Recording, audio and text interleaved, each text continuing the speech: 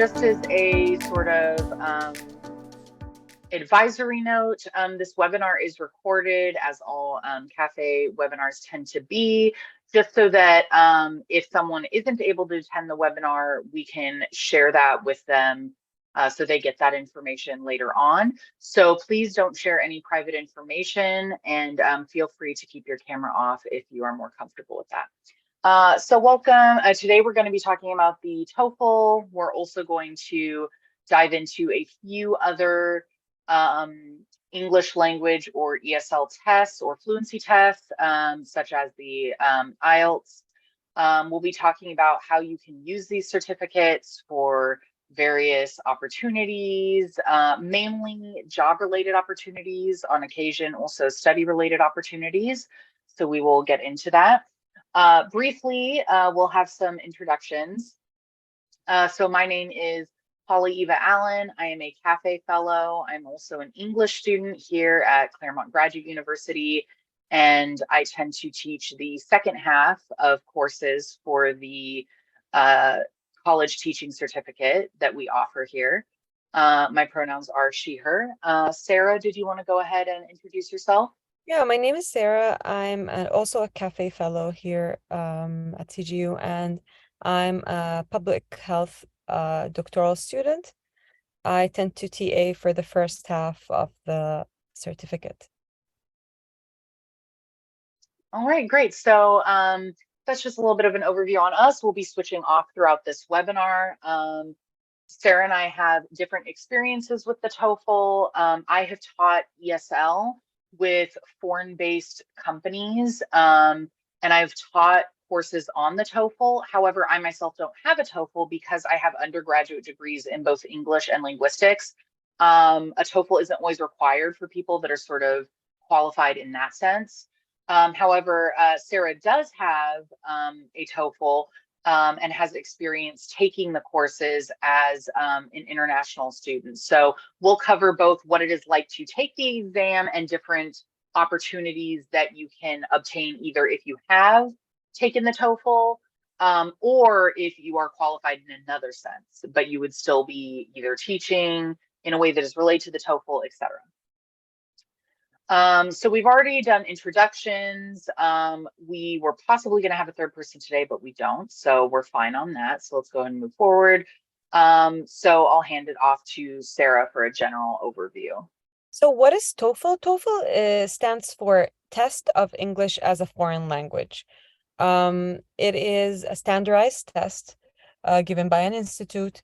It is usually like a golden standard for those who speak English as a second language to demonstrate how fluent they are in English. Can you go next, please? Yeah. How do you obtain this TOEFL? You go through the official website and you obtain it, like you register for it. And there are many test formats. There are internet-based tests and there are paper-based tests. And to be honest, I tried both.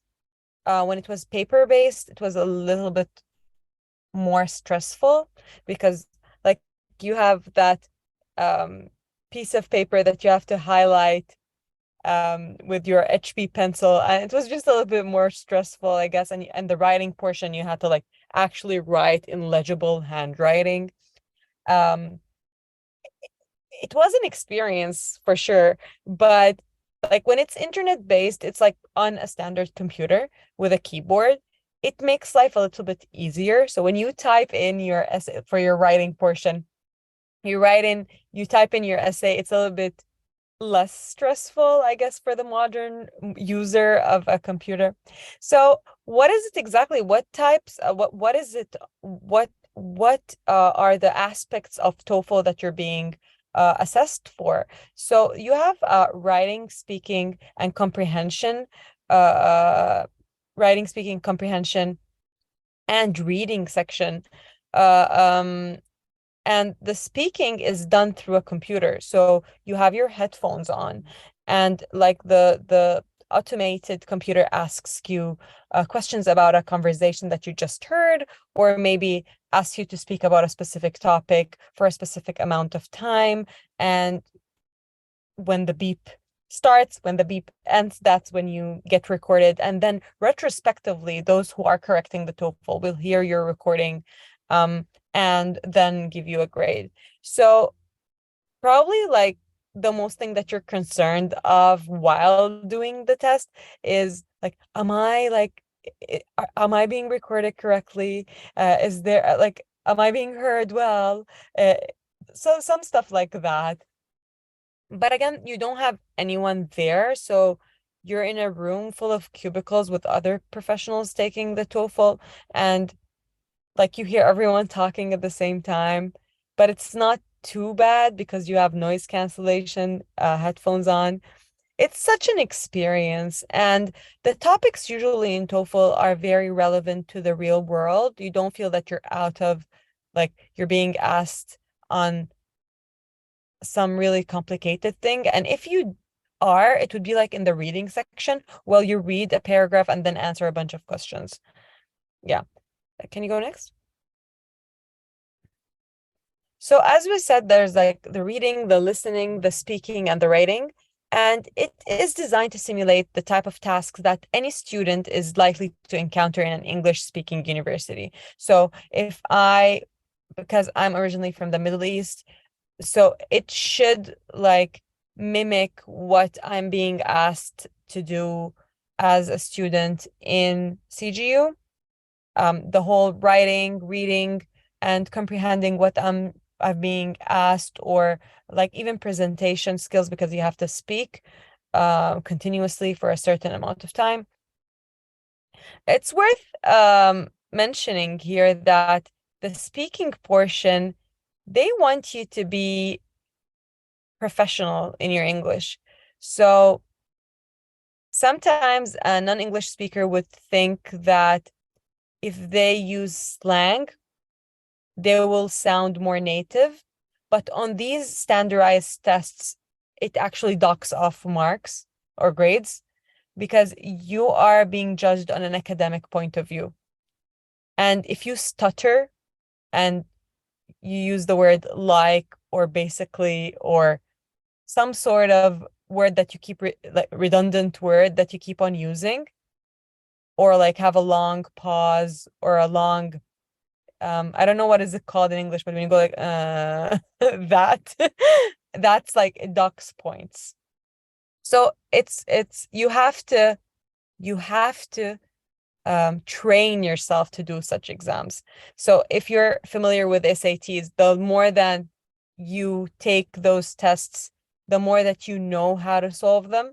Not necessarily the content, but it's a skill. Knowing how to solve it is a skill per se. So um,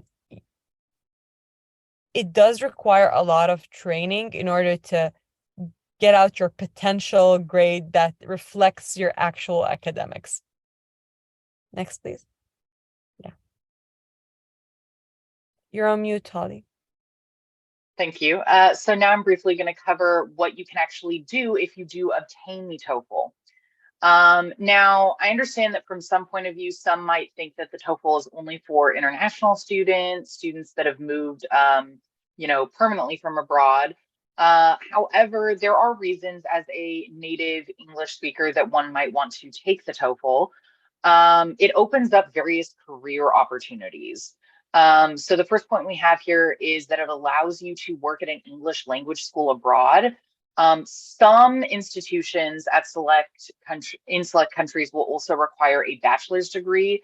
This does vary. For the most part, countries in China, or excuse me, countries in Asia, especially such as China, Taiwan, Japan, etc., do consider a TOEFL enough learning, enough of a credential to teach English at what is typically referred to in Asia as a foreign language school. Usually these institutions are focused on younger students. So typically you'll be teaching English to children. However, there are institutions where you would teach English to adults or older individuals. These aren't always framed as colleges. Sometimes they are colleges. However, other times They're actually training institutions or schools for business individuals, people in business school. Sometimes there's an attachment of sorts where you teach ESL to individuals that are either going to take the TOEFL or the IELTS, which we'll cover briefly later. Again, as far as some select institutions or countries also requiring a bachelor's, that does depend. Usually that's more common in countries where there's more demand, or countries that are seen as a little bit more desirable to tourists, or even regions or cities within countries that are more desirable to tourists. So for example, if you are looking to teach English in Japan, you could probably get a position doing so, teaching English at a foreign language school or an ESL institution in, for example, places like Fukuoka or other cities that are, Sapporo, cities in Japan that are a little bit less touristy, still nice cities, but not necessarily Tokyo or Kyoto, which might have slightly stricter requirements, especially for some of the more higher pay private institutions. They may require a bachelor's. For a lot of countries, a bachelor's in really anything from an English speaking country is fine. So it doesn't necessarily matter what your undergraduate degree is in. Now, I would say the most competitive institutions would be ones that are in select European countries that are considered highly desirable. So certain Scandinavian nations or nations in Western Europe that for one reason or another are stereotyped as more desirable or are seen as more touristy. Those particular institutions may require not only that you have a bachelor's, but that your bachelor's is preferably sometimes in the humanities or is in a relevant subject. So for example, English, education, linguistics, etc. It does depend. Also, you can work remotely for an English language school. This is, or an ESL tutoring center. This is perhaps one of the most, desirable things that people find they can do with a TOEFL because it's convenient. You don't necessarily have to leave your home. So if you're looking for a remote position, which can be sometimes difficult to find, this is a good option for you. There are plenty of companies that will hire remote English teachers or ESL teachers.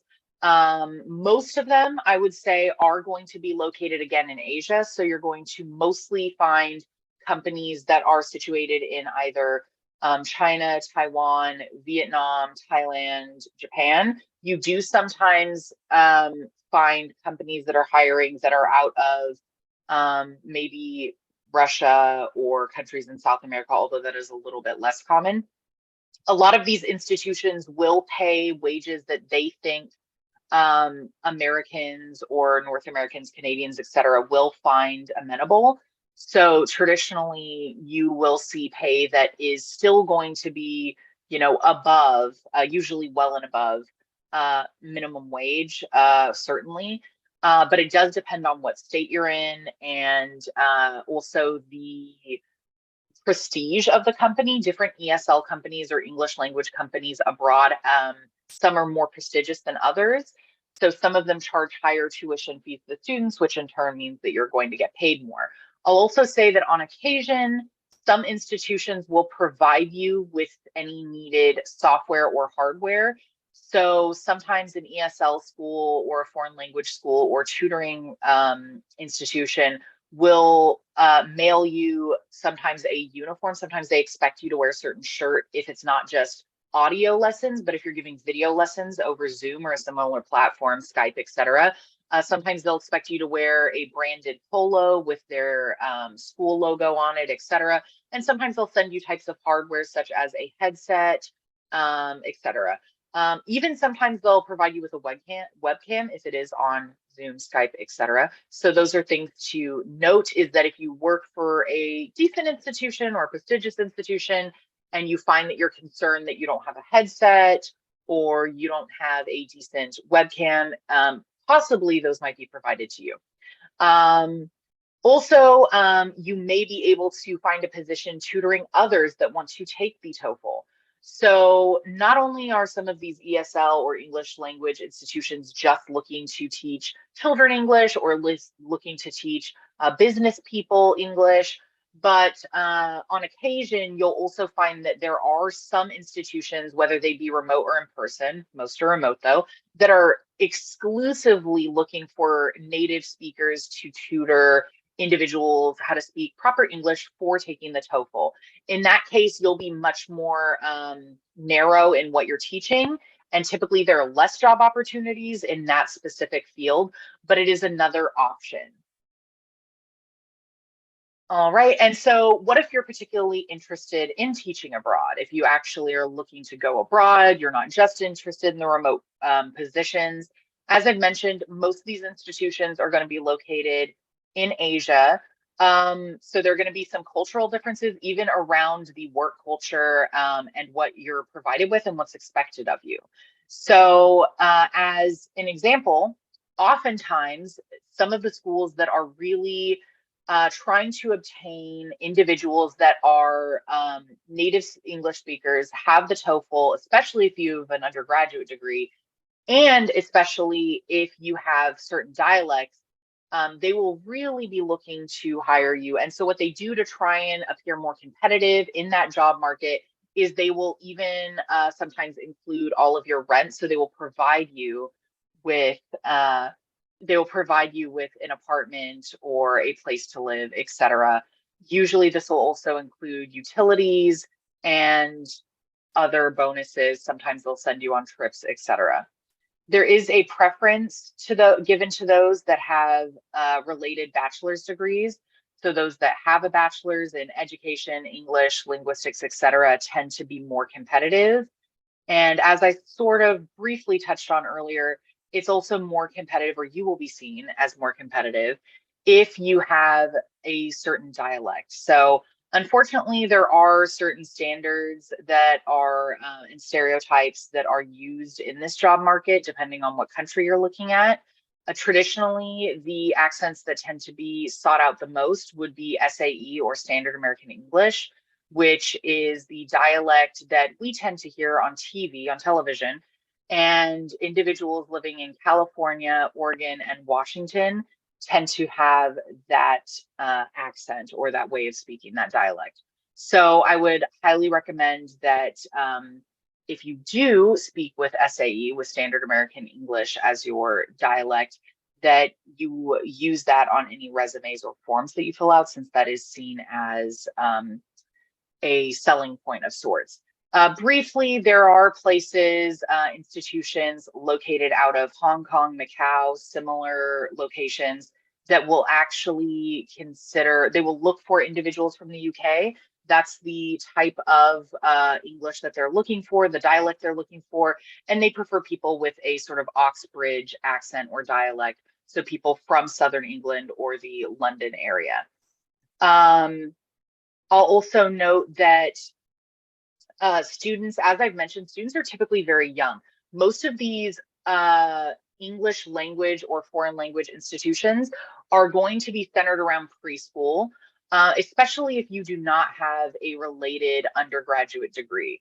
So I would suggest that if possible, if you can obtain also some childhood education credits, which you can usually get from various community colleges, independent institutions, etc. I know that, for example, as a side note, Mount San Antonio offers ECE classes that can also help bulk up your resume if you are looking to be more competitive in this market. Finally, the jobs in question are often contract positions. So usually you'll sign a year-long contract, and this is the same whether it be a remote position or a position where you're actually going abroad. You're often going to sign a contract that essentially says that they will provide you with X amount of pay. On occasion, you receive benefits, although to be frank, that's usually just the positions that are actually abroad, not positions that are going to be remote. If you break your contract, then you essentially just lose an extra amount of pay that you would normally receive at the end of that contract. Sometimes they won't give you a recommendation.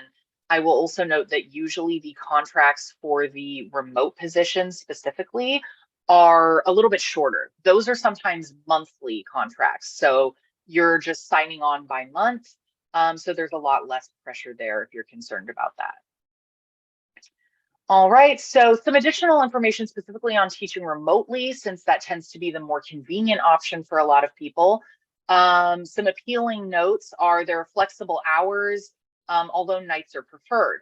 So flexible hours, usually you can make your own schedule. This isn't always the case, but in my personal experience, a lot of the English language institutions that I've taught with allowed you to choose when you wanted to teach classes. There were certainly preferred times, mainly nights, as is noted here. And that's mainly due to the fact that since most of these institutions are located in Asia, the time difference. If you teach later in the night, you're more likely to be teaching individuals when they get off of work or when they get out of school, depending on their age. So as an example, I tended to make the most money and receive the most students when I was doing this when I was teaching midnight or later, which I realize isn't preferable for everyone. But another option is very early in the morning because, again, it tends to be after school, after work for a lot of people. So either very late at night or very early in the morning tends to be preferable, though you can sometimes still get students in between during the daytime. It's just a little bit more rare. And again, there's not usually a lot of pressure as far as you have to work certain days of the week. Even if you aren't choosing when the classes take place or designing your own lessons or classes, oftentimes you get to insert online when you're available. So your availability and the company will match you with classes or students given that, during a given time. Sometimes this also includes setting your own pay rate. This really depends on the format of teaching. So for example, if this is audio only, so if you're just speaking over the phone teaching English, which does happen, that tends to be a slightly lower pay rate within a given window, and you're the one who chooses that pay rate. It is often done either by minute or by half an hour increment, or usually the most common that you'll see is by hour block. So you'll have students that get to schedule you for either a half hour or an hour block, and you'll be the one setting the pay rate. Usually with these type of companies, such as Koyuja is one example of a very large company that does this. You'll see the averages of what other teachers or tutors are charging by either the minute, the hour, or half hour, etc. So that can give you a general idea based on your experience, based on your degrees or certificates, what exactly you should be charging, what exactly you should be asking. Also, whether or not equipment is included depends on the company. I've already mentioned this, but briefly, I will note that I wouldn't worry if you don't have the equipment, not only, as I said, because they might provide it to you, but also because it's not really a strong selling point in terms of whether or not they're going to hire you. They honestly care more about either your specific dialect, your familiarity with English, how recently you obtained your TOEFL, etc., whether or not you have an IELTS. They care much more about all of those factors than they do whether or not you have the necessary equipment. It's usually not a major deciding factor for them if they have to send you the equipment personally. Also, briefly, while I am on this topic, I will say that a very big deciding factor in whether or not you get hired tends to be a working interview. Usually, the interviews include a brief working portion where the interviewer from the company will remotely, usually over Zoom or Skype, act as though they are a student, where you'll essentially give a teaching demonstration to them, whether that be on general ESL, English language, vocabulary, etc., or whether that specifically be on the TOEFL. So you will want to keep that in mind, that you should hopefully have something designed. Sometimes companies such as 51 Talk is one example of a very large ESL and TOEFL focused company. They will actually provide you with slides that already have language learning information in them, and they will expect you to teach that information to an interviewer, so not an actual student or child, for about 10 minutes. So they'll provide you with the workbook information or the slides, and they want to see how you use that. So that's just something to note. I will say briefly, if you want more information on teaching demos, you should look into our courses. We do require teaching demos for the second half of our certificate course. Lastly, often these are not contract positions. So the position specifically where you choose your own pay rate, either by hour, minute, half hour, etc., those positions are not usually contract. So those positions, excuse me, often have the added benefit of the fact that you are able to essentially work or leave whenever you like. You can take vacation whenever you like. Typically, though, you will not expect a reference letter from such positions, at least not from your manager due to the number of people that they are managing, but you can oftentimes receive student review letters, etc. So that is something to note if you are especially concerned about working contract. If you're trying to avoid that, choosing a position that is by minute, by hour, by half hour, where you can set your own pay rate is going to be a little bit more appealing. All right, these are just a few additional notes. Even if a company does not require you, or excuse me, sometimes a company will not require you to have a TOEFL at all if you have a degree in English education, an ESL specific degree or certificate, or a linguistics degree. This isn't always the case. It's always good to have a TOEFL in addition to having one of these degrees because it really familiarizes you with what kind of questions the TOEFL is going to ask. So I would recommend it. Otherwise, you're going to have to do a lot of research. So while I do have undergraduate degrees, for example, in English and linguistics, which makes me a little bit more marketable because I don't have a TOEFL, I had to do a lot of studying and research to figure out what exactly the TOEFL was going to ask, how it viewed, how advanced it got in terms of, verb tenses and conjugation, what kind of vocabulary would be on the TOEFL, etc. So really it is beneficial to have a TOEFL if you can obtain one, even if you have one of these degrees. Also, you may be exempt from having to get a TOEFL while looking for these type of remote or jobs abroad if you have taught ESL or English previously.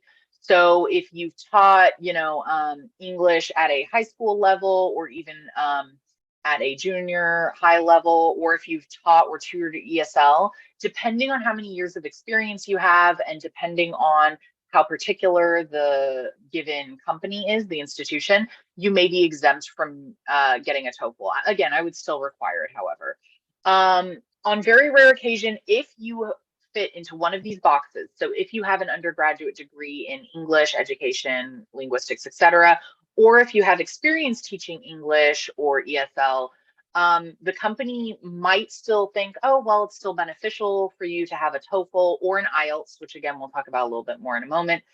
So they may actually pay for you to take that test because the TOEFL and the IELTS do require or ask for, excuse me, a fee. So on occasion, if you're, very competitive in some sense, the company itself might actually pay for you to obtain the TOEFL or the IELTS. And I'm going to pass it off to Sarah. So another form of English language testing is called IELTS. So it stands for International English Language Testing System. It is designed to help you work or study or even immigrate to another country where English is the first language or the native language. The countries it may include are Australia, Canada, New Zealand, and the UK and the USA. Although more typically in the USA, as an international or as a foreigner, you're being asked to do TOEFL, but maybe on special occasions you will be asked to do IELTS as well. Um, it uh, it tests your ability to listen, to read and write, and speak in English. And it is graded on a level of 1 to 9. And this link will lead you to the website where you can register and view the content and the way it's done.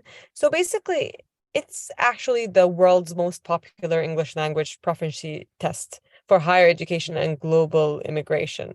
So if there is someone that's going to immigrate to an English speaking country, they'll probably ask them to do IELTS rather than TOEFL. Is it difficult? So it is one of the hardest if you did not prepare ahead. Using like the test prep tools or like taking the test lots of times in order to make sure that you have the skill of taking the test. Um, um, Basically, you'll need it if you are seeking programs and institutions and colleges or universities in an English-speaking country when you are not from one. So even so, I took my bachelor degree in English, but I still required to present the IELTS while applying for my residency in the UK because while my English transcript my transcript are in English, and they know that I studied dentistry in English, but they still know that I am not a native, and they want to make sure that when I go there, I can integrate easily with the people. It's like, I think it's basically like safety. If we take it this way, they're like making sure that I will be safe in their country speaking the language. Um, so basically there's no pass and fail in IELTS. You're good, just graded on your performance from 1 to 9, 9 being like the ultimate native speaking, speaking, writing, and reading and listening as well. Um,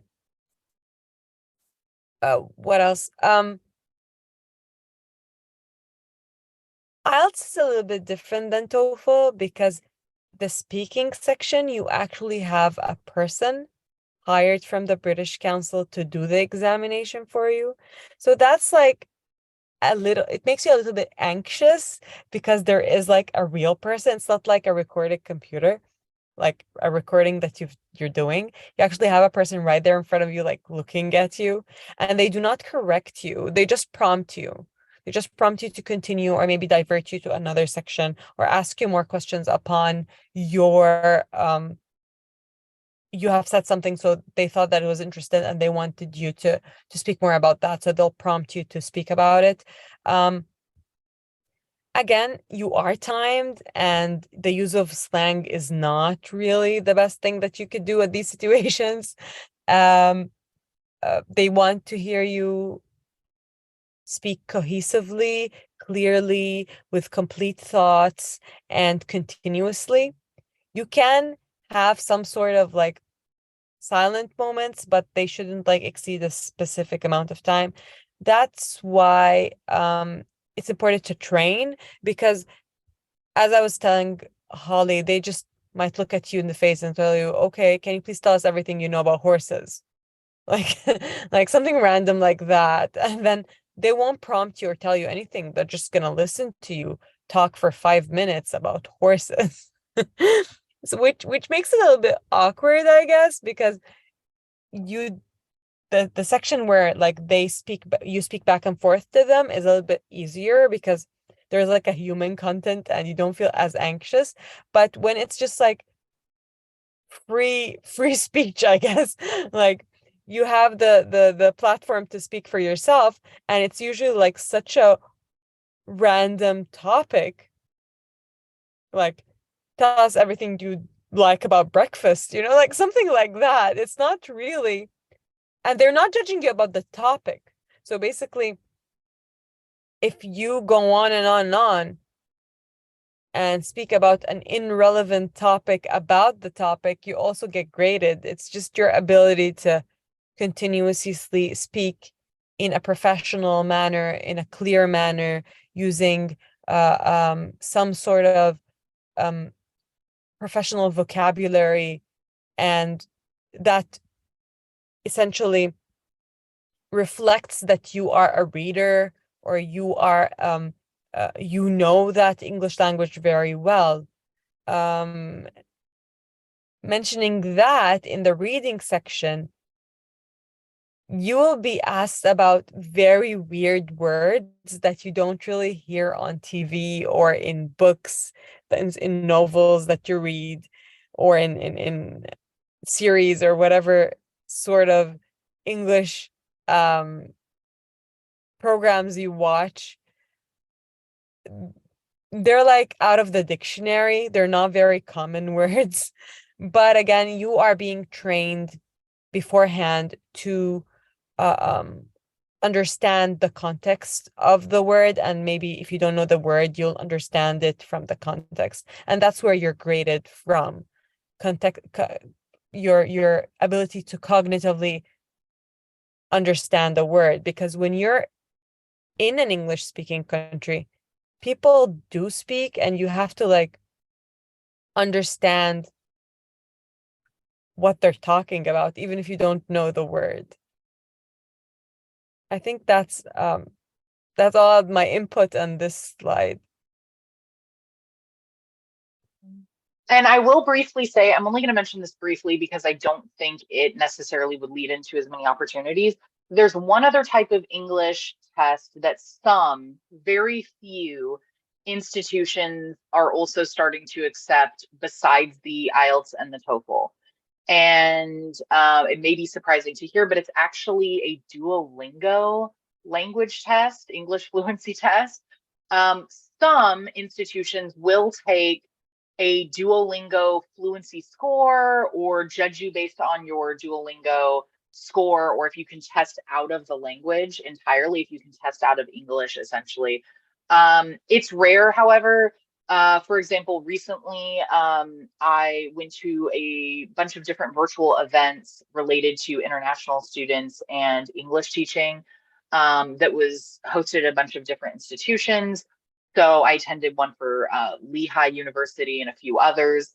And out of the maybe 8, I think it was, schools that I attended these events for virtually, only one of them accepted testing out of the Duolingo English as a stand-in for either the TOEFL, the IELTS, or an undergraduate degree from an English institution.